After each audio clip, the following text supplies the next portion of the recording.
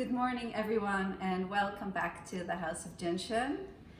We're still here, Lola's here, and yes, in New York, well, things are opening a little bit, but it still really feels very closed, I must say. People are really containing themselves and being safe, and most people are wearing a mask in New York, and I really do feel that, as Andy says, New Yorkers are really acting smart.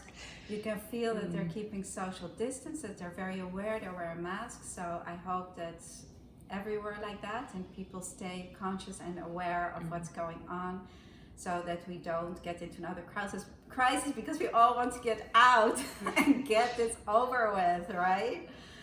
So anyway, wanted to share with you today a flow that was given to Pamela by Mary, and it's a special descending flow, and we've been talking a lot about descending energy because as we were talking about depression or anxiety, where energy is stuck in the head and you need to bring it down, or for what else we have in the head? I was just gonna say something.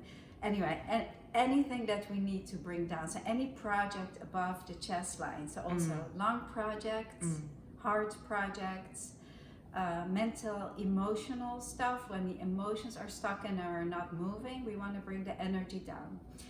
Also, we know that we start with the exhale, because in the exhale we are letting go and we're getting rid of toxins and stress and everything bad that we're holding on to. And so when we exhale, we let go completely. The exhale is down the front of the body and it goes to the big toes, where it becomes the inhale. And the inhale is the receiving of the abundance, so where all possibilities have potential. And so it's always good to start with a descending flow. For example, if we look at the supervisor flow, you can either practice 11:25, which helps the ascending, and then 11:15. But however, I like to start with 11 and 15 because that helps the descending first. We exhale so that there is room to inhale. So that's really the concept of this descending flow. So this flow is in The Art of Jin Shin, my favorite book. It's on page 100, 99 and 100, and Akima is showing this flow. So here we go. I'm going to practice it with you today. So please make yourself comfortable. And we're going to do the left side. I saw a client this morning who has a left breast project, and so I told her that this flow will also be very dynamic for her, because if there is an accumulation right here in the breast, you want to bring the energy down, okay? Yeah, so let's start, and I'll just keep mentioning some things, but I will also practice this flow with you because we all need it. So place your right hand on the left middle of the neck, on the 12, and then your left hand, let's use our whole hand, placing it between the 22 and the 13. So see where it feels good for you. And so the step is actually between 22 and 13, so that's why I like to place my entire hand. And when we practice the art of Jin Shin, you can use your fingertips or your thumbs or the palm of your hand. So see what feels good to you. So when you have anxiety, and I was talking about that yesterday with Abby, to place your hand on this area is very, very calming. So allow for the exhale so that you can inhale.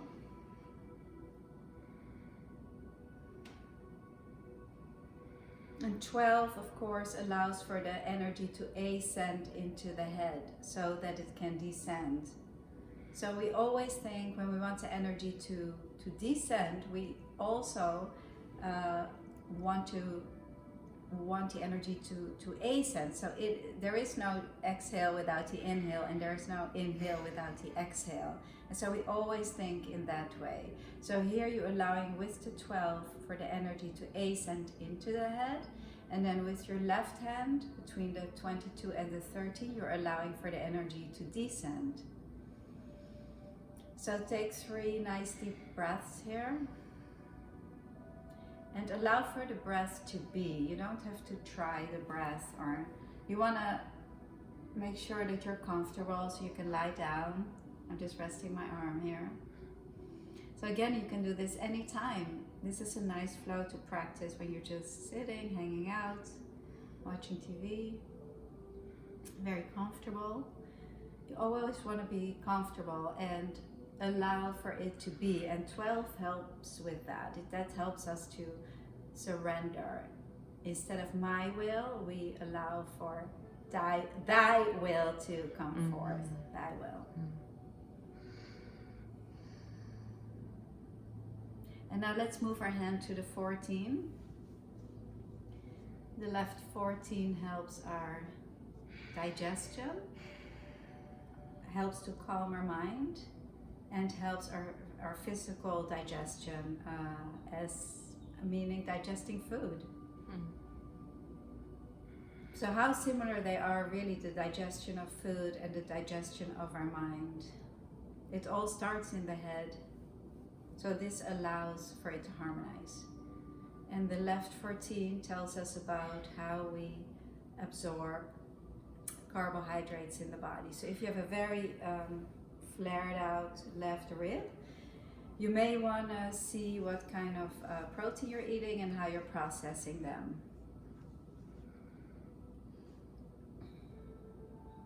Okay, 3 nice exhalations. Exhale first down the front.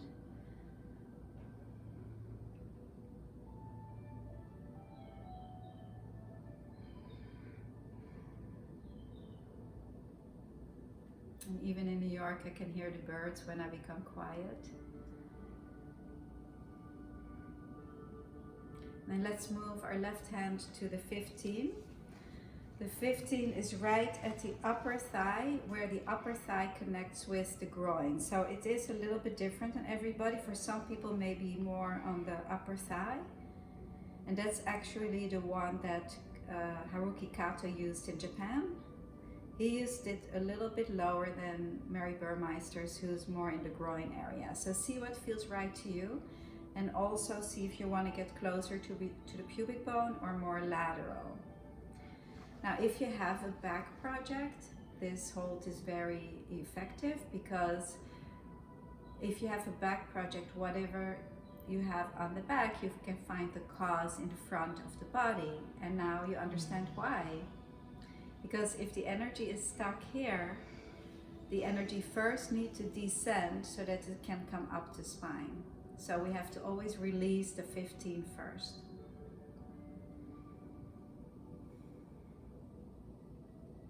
So a nice few breaths with awareness.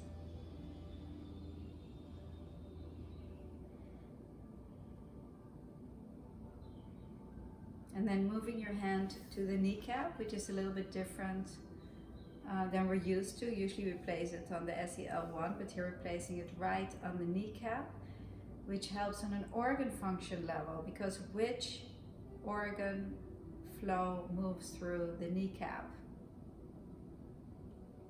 Please comment below. If you can type and just keep your energy there. Which organ flow moves through the kneecap? Anybody? All right, I'm not going to mention, so I'm sure we'll get an answer from someone later. Through the kneecap, I get a lot of questions. What do you do for knee projects? And so this flow can actually be very helpful as well.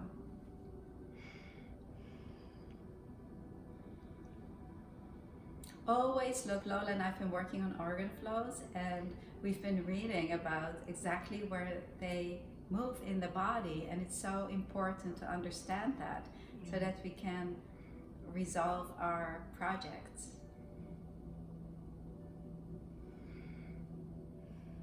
And you can do this lying down, right? And be really comfortable, just like this, yeah. And then the last step is you move your left hand to the heel.